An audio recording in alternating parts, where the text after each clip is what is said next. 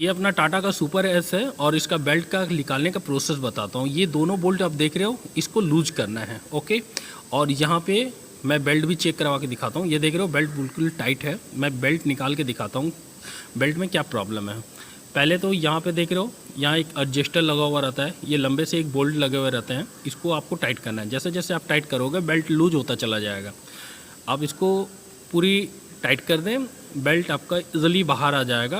Belt टूट जाने से बहुत सारे नुकसान होते हैं। होते क्या है कि हम लोग बेल्ट थोड़ा भी लूज होता है तो टाइट करते चले जाते हैं, बेल्ट को चेक नहीं करवाते हैं। बेल्ट अंदर से क्रैक कर जाता है, हम लोग को समझ में नहीं आता है और हम लोग टाइट करते हैं और एक टाइम के बाद में बेल्ट टूट जाने से ब्रेक नहीं लगता है, बैटरी चार्ज नहीं होता है, क्योंकि सारा कनेक्शन इसी में से रहता है। तो मैं बेल्ट को चेक करवाता हूँ, आप सबको दिखाता हूँ कि क्या कंडीशन है। ये देख रहे हो, मैं पलट के दिखा रहा हूँ, इसमें कितने सारे कट लगे हुए हैं। आप इसको जैसे जैसे टाइट करोगे ना, ये टूट जाएगा और आपको नुकसान हो सकता है। चेंज करवा ले इसे।